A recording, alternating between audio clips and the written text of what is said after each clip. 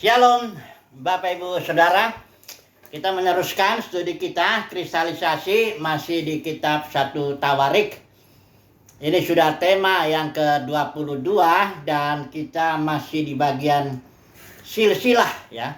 Kita tahu kitab Tawarik 1-2 Tawarik ini berbeda sudut pandang dengan yang kita bahas 1-2 Raja-Raja itu dari 2 Samuel. Ini sebenarnya bahan ceritanya, sejarahnya lah katakan dari 2 Samuel sampai 2 Raja-Raja itu sama dengan 1 Tawarik 2 Tawarik ini.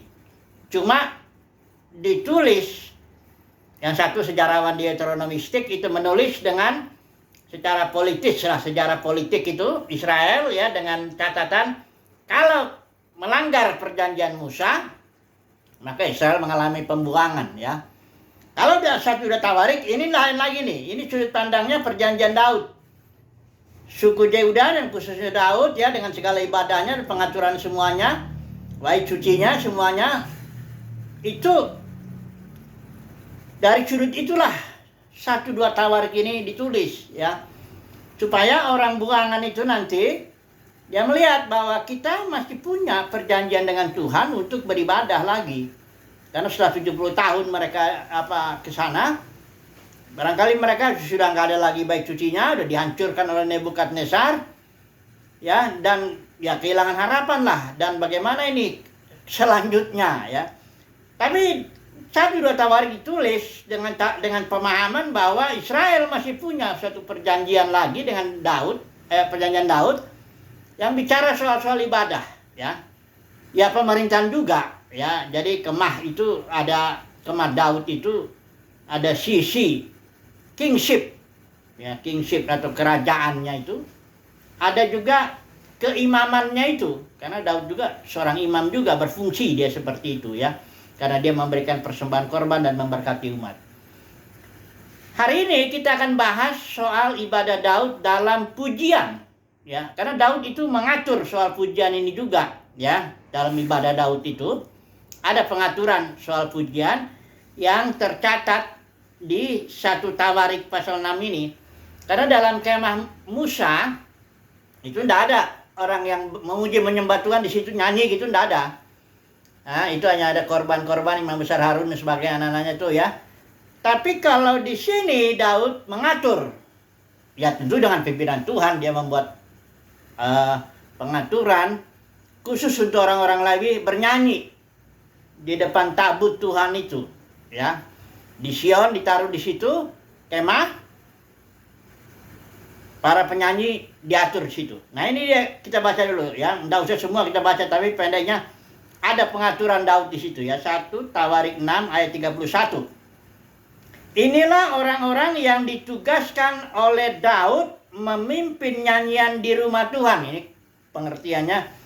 Rumah Tuhan tentu kemah itu ya, tempat kediaman sementara daripada tabut perjanjian itu. Jadi Daud mengatur orang-orang ya, ditugaskan untuk memimpin nyanyian. Ya. Nah nanti di sini ayat 32 di hadapan kemah suci, yakni kemah pertemuan. Ini harus dibedakan. Banyak orang tidak memperhatikan kalau Alkitab bilang kemah pertemuan, itu ada ceritanya. Pada waktu penyembahan anak lembu emas itu, ya, yang dimana di situ juga suku Lewi dipilih. Perhatikan dulu, saya ulangi sedikit. Ketika itu Musa naik ke atas 40 hari 40 malam, dia tidak makan roti, tidak minum air, menerima 2 loh batu. Ya. Sementara itu dalam kondisi begitu Israel sudah sini menyembah berhala, minta sama Harun dibikinkan anak lembu emas. Ya karena mereka melihat Musa sepertinya tidak jelas ini bagaimana. Kapan ini turun dan kita di sini bagaimana dan sebagainya. Jadi penyembahan itu sangat fatal sekali karena baru bikin perjanjian.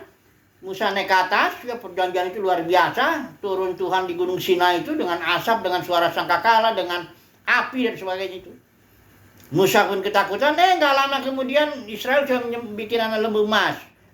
Tuhan bilang suruh turun dulu Musa, turun. Udah dibawa itu 2 loh batu dan Musa banting itu karena dia melihat ternyata sudah ya Harun mengizinkan itu orang Israel menyembah berhala. Kemudian Musa menyimpang. Dia keluarlah di pintu perkemahan itu. Dia bilang, siapa yang berpihak kepada Tuhan, datang kepadaku. Ternyata yang datang adalah suku Lewi. Ya, kita tahu ceritanya itu.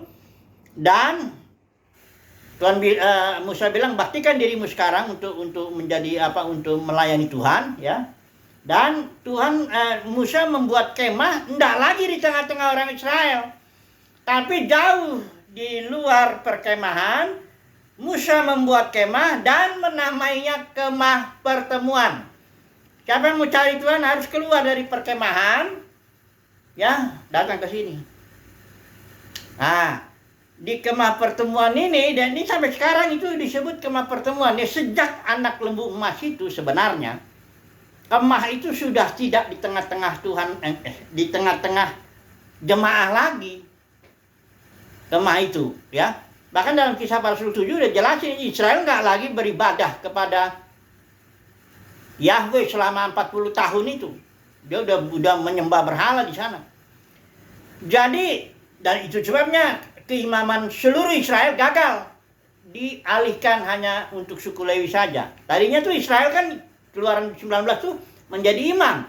Ada 3 berkat itu perjanjian itu. Yang pertama, dia menjadi umat kesayangan, bangsa yang kudus, imam-imam dan raja-raja Israel seluruhnya itu. Jadi Israel seluruhnya imam-imam, ya, mengimami bangsa-bangsa lain, yang membawa Yahweh kepada bangsa-bangsa lain dan membawa bangsa-bangsa lain kepada Yahweh. Itu imam sebagai perantara. Tapi karena kegagalan anak lembu emas, maka Israel sendiri harus diimami. Itulah dia suku Lewi dipilih. Jadi ini saya cerita begini supaya kita tahu bahwa dimensi ujiannya pun sudah beda nanti dengan dimensi, nanti saya membandingkan dengan dimensi yang lebih tinggi, ya, dalam pujian ini. Tapi kita fokus dulu selalu, ya. Ini yang kita sedang bicara pujian penyembahan lah, katakan begitu, ya. Karena banyak juga dalam kekristenan ini pujian penyembahan disebut sebagai nomor 1 penyembahan Tuhan, tanpa memahami bahwa dimensi penyembahan itu dimensi yang mana. Karena ada 2 dimensi, ada dimensi yang di bawah, ada yang dimensi yang lebih tinggi lagi, ya. Oke. Di sini diaturlah oleh Daud ini, ya. Yang pertama itu ada Heman, namanya keturunan Bani Kehat, ya. Karena Lewi itu punya Kehat, Merari, Gersom. Gerson atau Gerson? Gerson, ya. Ya, Gerson. Jadi ada 3 anaknya Lewi. Nah, ini ada dari silsilah itu disebut itu namanya Heman. Itu yang dari Bani Kehat, ya. Yang dari Bani Kehat ini juga itu imam besar itu, Harun itu, ya, keimaman itu dari ini Kehat itu juga apa ya itu Kehat itu keimaman dari situ Bani Kehat, ya. Jadi ada Heman di sini. Terus yang dari Bani Gerson ada namanya Asaf. Kemudian yang dari Bani Merari ada Etan namanya, ya. Semuanya ini banyak orangnya bertugas untuk menyanyi di depan tabut perjanjian Tuhan, ya. Itulah sementara itu keturunan Harun ada lagi, ya, itu, dan anak-anaknya berkewajiban membakar korban di tempat Maha Kudus, ya. Dari Harun, Eleazar, Finehas ini mendapat perjanjian keimaman. Jadi keturunan Finehas semuanya imam besar, ya, mendapat janji keimaman seperti itu, ya. Nah, diaturlah penyembahan sedemikian. Kita tidak usah dulu bicara detail-detailnya bagaimana Daud mengatur itu, nyanyi sambil bernubuat juga, ya. Pendeknya ada suatu ibadah Daud namanya, yang didasarkan kepada perjanjian Daud, di mana suku Lewi dari Bani Kehat, Gerson, Merari ada penyanyi, tugasnya menyanyi, ya. Oke lah, ya. Jadi pendeknya menyanyi lah, ya. Kemudian kita tahu Israel dibuang, ya. Ini kan ibadah Daud ini kan berlangsung dari Daud, Salomo, ya. Nanti kita baca 2 Tawarik itu, raja-raja itu ada yang baik, ada yang nggak benar. Dibuanglah Israel ke Babel. Itu Yehuda, ya. Oh, ini Tawarik ini hanya bicara Yehuda, hanya bicara kerajaan Yehuda, ya. Enggak raja-raja. Kalau raja-raja itu Bicara juga kerajaan Israel pecahannya itu waktu Salomo pecah. Itu ada Rehabeam yang bagian Yehuda, ada Jerobeam bin Nebat itu yang 10 suku itu. Nah itu lebih duluan dibuang ke Asyur itu. Tahun 722 sebelum Masehi. Sementara kerajaan Yehuda tahun 586 sebelum Masehi. Duluan nih kerajaan Israel ya. Nah ini Tawarik ini hanya bicara garis keturunan Daud ini dari Yehuda ini ya. Nah, kemudian dibuang ke Babel selama 70 tahun kurang lebih. Di sana mereka ibadah juga. Ada yang nama itu sepanjang kita tahu sinagoga itu dibangun pada zaman pembuangan itu. Karena Bait Suci waktu itu kan dihancurkan oleh Nebukadnezar, Raja Babel, ya. Dan di sana di Babel 70 tahun tidak ada Bait Suci. Tapi bagaimana? Israel masih bisa belajar Taurat, masih menyanyi, katakan begitu ya. Walaupun ibadahnya kalau di sinagoga itu, kalau waktu Yesus datang itu sinagoganya agak fleksibel, dia baca Alkitab, siapa yang menguatkan boleh. Pendeknya ada ibadah lah di Babel itu, ya. Saya nggak tahu apakah ada ibadahnya nyanyi-nyanyi juga masih begini ada, barangkali karena Yesus juga waktu dia malam terakhir mereka menyanyikan pujian juga kan, berarti masih ada lah, hanya tentu tidak seperti begini lagi pengaturannya ya. Adalah pendeknya di sinagoga itu, biasanya kalau 10 orang Yahudi keluarga, itu ada satu sinagoganya. Tempat orang Yahudi belajar Taurat. Juga tentu ada pujiannya lah di sana, menyanyi ya. Cuma masalahnya mari kita melihat, pujian di Babel beda dia dengan pujian di Sion. Nah, mari kita baca dulu Mazmur supaya kita tahu bahwa ada perbedaannya. Mereka masih ibadah, masih belajar Taurat, tapi beda. Ya, coba dulu kita lihat perbedaannya ini. Mari kita baca Mazmur 137. Ini ada lagunya nih, Bonnie M. Ya, saudara tahu ya. Oh, itu terkenal sekali tahun 78-79 lagu ini ya. Rivers of Babylon. By the river of Babylon, lagunya begitu ya. Mazmur 137 ya. Ini saya baca aja dulu ya pakai ILT. Kami duduk di sana di dekat sungai-sungai Babylon dan kami menangis ketika kami mengingat Sion ya. Ya dia mengingat ya, namanya orang dibuang sana dia ingat. Kami menggantungkan harpa kami pada pohon gandarusa yang ada di tengah-tengahnya. Ya. Sebab, nah ini masalahnya ayat 3 ini. Di sanalah mereka yang menahan kami meminta kami sebuah nyanyian. Dan para penjarah kami dengan girang berkata, nyanyikanlah bagi kami sebuah lagu tentang Sion. Ya. Baru dijawablah ayat 4. Bagaimana kami akan menyanyikan lagu tentang Yahweh di tanah yang lain? Itu kan tanah Babel kan, pembuangan kan.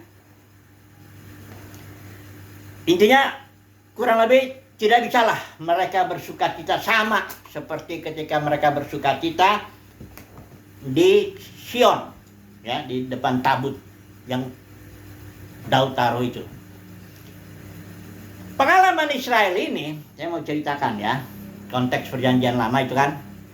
Bahwa dalam pujian ada 2 tingkat atau 2 dimensi lah, begitulah kita pakai istilahnya apa, yaitu dimensi di mana ibadah dan memuji menyembah Tuhan di Sion dengan aturan Daud, ibadah Daud yang betul-betul dipimpin. Daud itu membuat itu ibadah dipimpin Roh Tuhan ya. Mereka bernyanyi di situ. Beda dengan di Babel, di sinagoga itu nyanyi juga mereka di situ. Bahkan orang yang menahan mereka itu minta, tolong dong nyanyikan bagi kami nyanyian dari yang di Sion itu. Ya mereka jujur, bagaimana kami bisa bernyanyi ya? Katanya bagaimana kami akan menyanyikan lagu tentang Yahweh di tanah pembuangan ini, tanah yang lain ini. Berarti nyanyi juga mereka. Ya barangkali kalau dipaksa ya nyanyi juga ya. Tapi tetap berbeda dimensi atau apa suasana atau apanya lah ya kita katakan itu ya. Antara nyanyi di Sion, ibadah Daud, dengan nyanyi di Babel, ibadahnya yang sinagoga itu ya. Nah mari kita sekarang terapkan dulu ke gereja. Karena apa yang dialami oleh Israel atau kerajaan Yehuda secara khusus di sini, sama itu juga yang dialami oleh gereja. Nggak ada sesuatu yang baru kata kita pengkhotbah ya. Sebagaimana Israel dibuang ke Babel ya sebagai disiplin Tuhan karena penyembahan berhala, demikian juga gereja itu dibuang ke Babel juga. Ya Wahyu 17:18 itu Babel itu gereja. Perempuan itu banyak orang yang nggak tahu, tapi nggak usah kita baca atau kita baca aja ya. Bahwa Babel itu Wahyu 17 itu banyak orang berpikir Babel itu siapa? Ada yang bilang Amerika katanya. Itu konyol banget itu, aneh ya. Coba dulu sebentar dulu ya. Sebenarnya sih ini harusnya nggak usah saya ini karena udah kita pelajari itu, tapi coba dulu ya. Wahyu pasal 17 itu siapa ini sebenarnya Babel itu ya. Kalau Holy City, Yerusalem itu juga mempelai. Yerusalem baru itu mempelai, anak domba. Jadi ada Yerusalem, ada Babel. Kalau ini Yerusalem ini holy, kudus. Kalau Babel itu big, gede. Yang penting dia besar. Ini nggak kudus dia. Nah, coba kita lihat dulu ini di sini ya. Perhatikan ayat 5 ini, pasal 17 ya. Dan pada dahinya tertulis suatu nama, suatu rahasia, Babel besar. Siapa di sini yang dibilang dahinya tuh tertulis suatu nama ini, suatu ini? Itu perempuan, ayat 4. Perempuan itu makan kain ungu ya, dan dia disebutlah namanya di sini Babel ya. Nah, siapakah Babel ini ya? Ini dia perhatikan nih katanya dia. Pasal 18. Sudah-rumu Babel, kota besar itu. Jadi Babel yang adalah kota besar sama dengan perempuan, dan perempuan itu adalah simbol daripada gereja. Hanya di sini sifat dasarnya perempuannya pelacur. Karena saya udah jelasin kan, pelacur itu menerima banyak benih dari laki-laki. Makanya Babel itu artinya kacau sifat dasarnya. Karena bercampur antara benih firman. Kayak di sinagoga yang di Babel itu, mereka ibadah. Cuman bercampur dengan kondisi Babel kan beda dengan kondisi Sion. Iya kan? Nah, jadi gereja juga jatuh ke dalam Babel. Nah, sekarang kita mau tahu dulu Babel itu sebenarnya kan pemerintahan manusia. Orang yang paling pertama kali berkuasa di situ adalah Nimrod namanya. Kejadian 11 itu ya. Jadi, kalau gereja diberi simbol Babel, itu artinya gereja kemasukan sistem pemerintahan manusia. Apakah masih ada pemerintahan Tuhan? Masih ada. Tuhan masih memerintah karena umat Israel kayak di Babel, dia tetap umat Tuhan. Terikat dengan perjanjian Daud, perjanjian Musa, terikat. Cuma dia sedang di Babel dalam disiplin. Sedang di dalam pemerintahan Nebukadnezar pada waktu itu. Nebukadnezar itu anak cucu si Nimrod ini, pecahan ini. Jadi kalau dibilang gereja disimbolkan Babel, itu berarti gereja kemasukan sistem pemerintahan manusia. Kalau saya membilangnya kemasukan hierarki. Ya, dari mana cara masuknya ini? Ceritanya saya ulangin dulu lah sebentar supaya kita yakin bahwa pujian penyembahan yang dalam denominasi itu sudah levelnya nggak sama dengan pujian nanti yang saya mau kasih tahu pujian yang dimensi tertinggi, yang dimensi Sion ini. Ya, atau gini aja lah, dimensi Babel dan dimensi Sion. Nah, gitu aja ya. Kita pakai istilah ya, pujian penyembahan dimensi Babel dan dimensi Sion. Nah, ini dia. Saya dapat istilah itu. Lumayan. Mudah-mudahan itu istilah bisa menjelaskan ini. Jadi, gereja kenapa dia dalam, tadinya kita tahu kan dia satu organisme, dipimpin oleh roh. Ada 70 kali istilah roh itu muncul dalam Kisah Para Rasul yang 28 pasal itu. Roh mengelarang, roh mendorong, penuh roh, roh membisik, melarang bahkan. Pernah roh itu melarang Paulus jangan pergi ke Asia, dia akhirnya lari ke Eropa. Filipi ya kalau nggak salah, atau Filipi kota pertama yang didatangin itu di Eropa. Makedonia ya. Jadi gereja mula-mula adalah organisme yang dipimpin Roh Kudus. Pemerintahan Roh Kudus. Yesus tegas bilang, jangan kau disebut pemimpin, aku pemimpinmu. Aku akan memimpin gerejaku melalui rohku.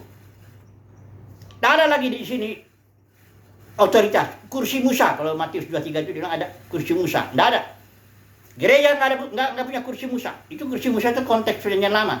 Perjanjian baru tidak. Kau semua saudara. Jangan kamu disebut Bapak, jangan kamu disebut Rabi dan sebagainya. Bukan nggak ada pemimpin, tapi semua itu diatur Roh Kudus, kira-kira gitu.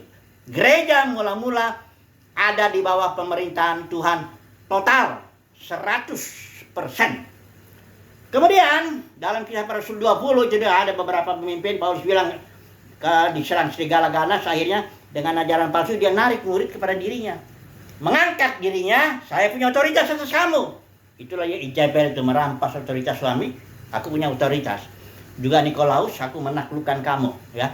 Akhirnya dagang Bileam. Jadi Izebel, Bileam, Nikolaus. Itulah mulai gereja masuk ke dalam sistem pemerintahan manusia tampuran. Sistem tampuran, dia bilang. Pemerintahan Tuhannya ada, denominasi ada, Tuhannya nggak ada.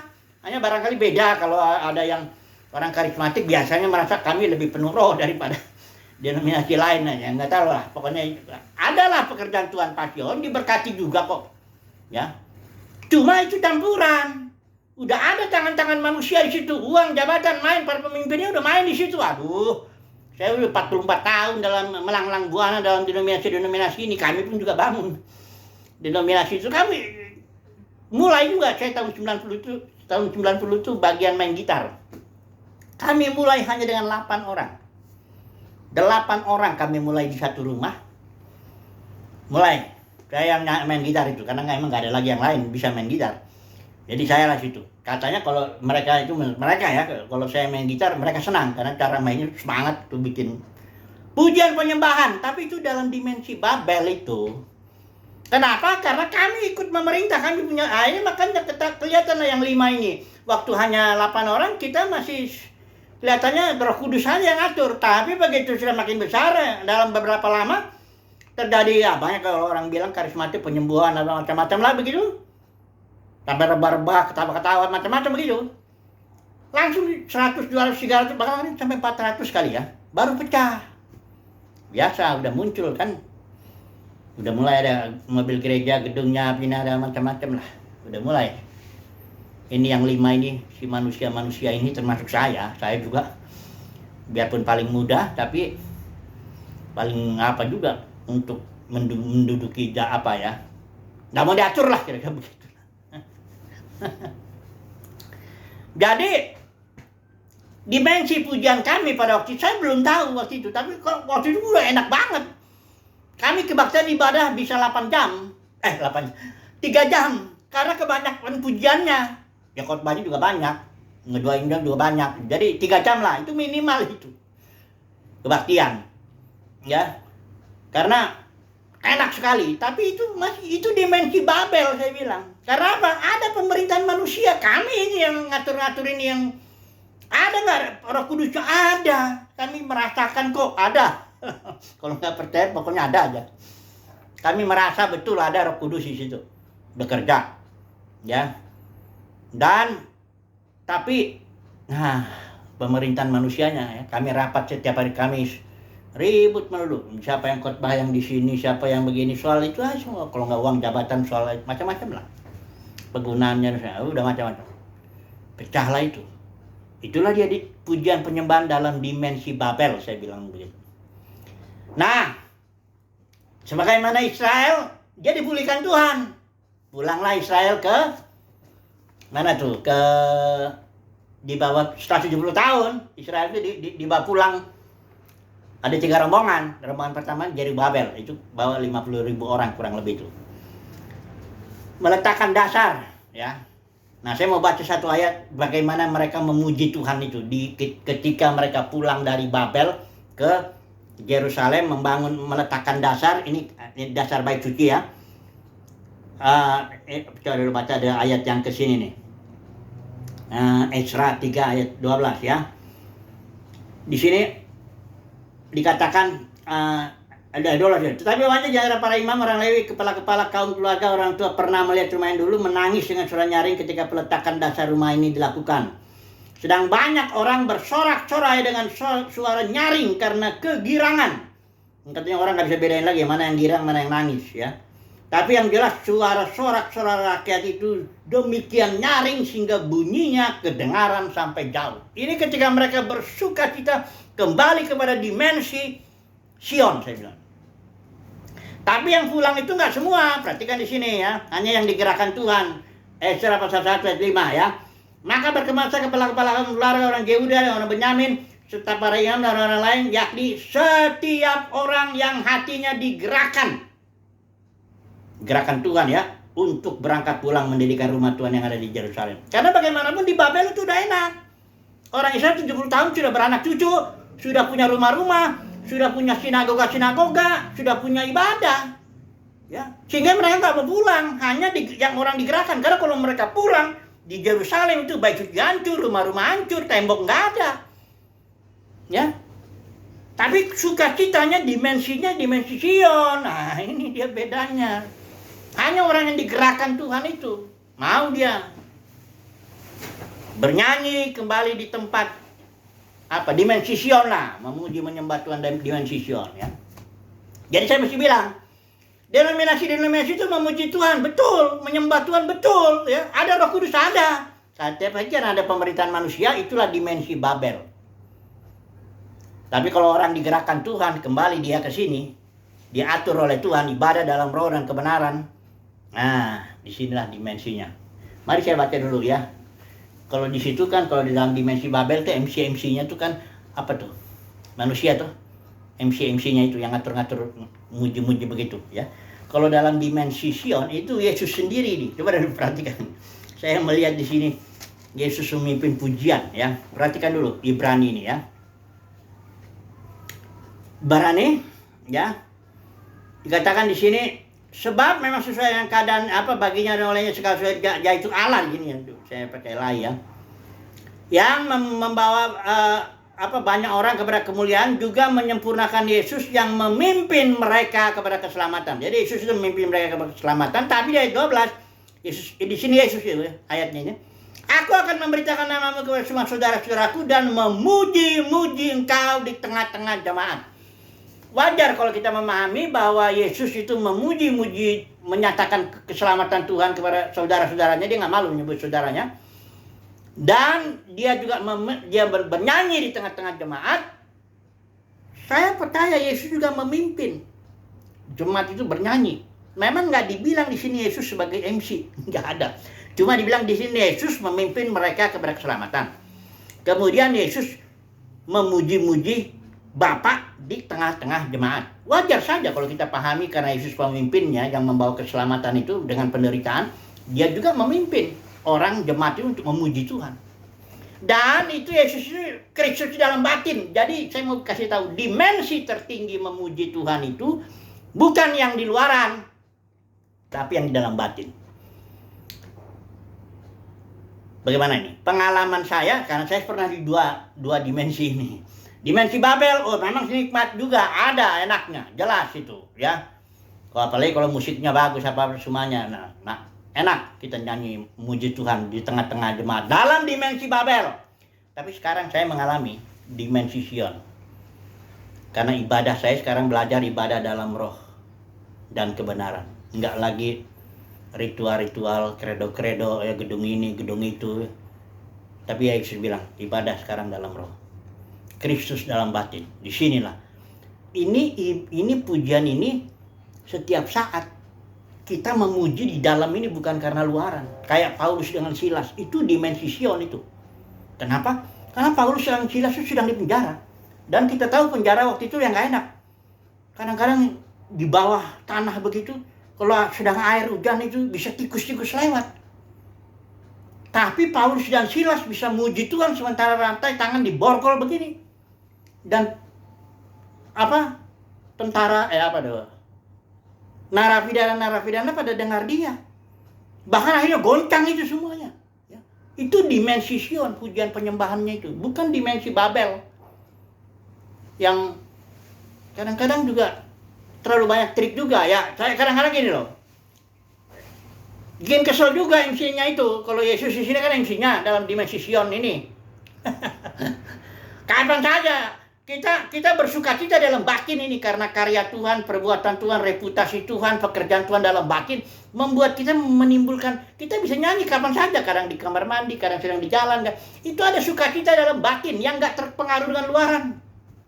Itulah dia memuji, menyembah Tuhan dalam dimensi Sion, bukan dalam dimensi Babel di sana. Kadang-kadang kita memuji Tuhan nunggu MC-nya aja suka kesel juga. Udah gitu MC yang paling banyak ngomong. Kami dulu rapat penatua salah satu suka membahas MC itu. MC itu kalau banyak ngomong kacau udah sudah ya. Kau di sini jadi MC itu untuk muji Tuhan, membawa jemaat muji Tuhan, bukan mendengar kau ngomong ya. Sudah ada kok yang bagian ngomongnya, pengotbahnya, apanya sudah ada. Kamu jangan banyak ngomong, langsung aja nyanyi. Kadang-kadang kalau MC-nya konyol, kita jemaatnya sudah mau nyanyi, mari ganti lagu lagi atau diam. Susah dimensi Babel ini. Susah. Karena manusia di situ yang ngatur MC-nya. Ya kalau MC-nya bagus, ya kalau ngawur ya enggak bisa full. Tapi kalau dalam dimensi Sion, ini batinia. Ini karya sendiri, Roh Kudus sendiri. Bahkan Yesus sendiri mengajak kita untuk memuji Bapa. Oh, ini lain dimensi ini. Walaupun keadaan di luar masih banyak persoalan, tantangan, masalah. Oh, di dalam batinnya ada sukacita, ada kegembiraan yang tidak ditentukan oleh yang di luar. Itu dimensi Sion. Ini yang mau saya sampaikan ini. Pujian penyembahan kalau di dalam dimensi Babel itu ya banyak. Atau sampai kadang-kadang saya pernah lihat ada lagu Ojo Dibanding Ke. Lagunya Farel Prayoga itu masuk ke dalam itu. Enggak tahu itu saya edit tapi kayaknya enggak itu. Tapi diganti bahasanya, kalimatnya itu ya. Tentu Ojo Dibanding Ke itu Yesus dimasukin situ. Aduh. Apa enggak ada lagi lagu apa atau bagaimana? Emang karena udah aneh-aneh aja karena kalau dalam dimensi Babel pujian penyembahan itu sudah jadi dagangan juga. Kalau pujiannya bagus itu mendatangkan banyak orang dan mendatangkan duit. Nah, itu enggak sepenuhnya muji Tuhan. Tapi kalau dalam dimensi Sion ini batiniah. Bagaimana mau dagang?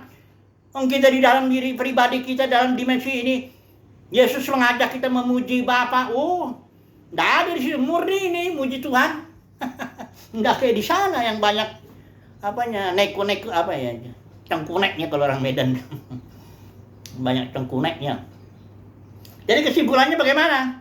Ya, marilah kita sebagai umat pilihan Tuhan. Kalau kita nggak bisa ke sana, dan memang nggak harus lagi. Kenapa? Kita sudah punya pujian dalam dimensi Sion. Kenapa mesti datang ke sana dalam dimensi Babel? Nah, itu pertanyaan. Ya. Oke lah ya, saudaraku. Haleluya. Amin.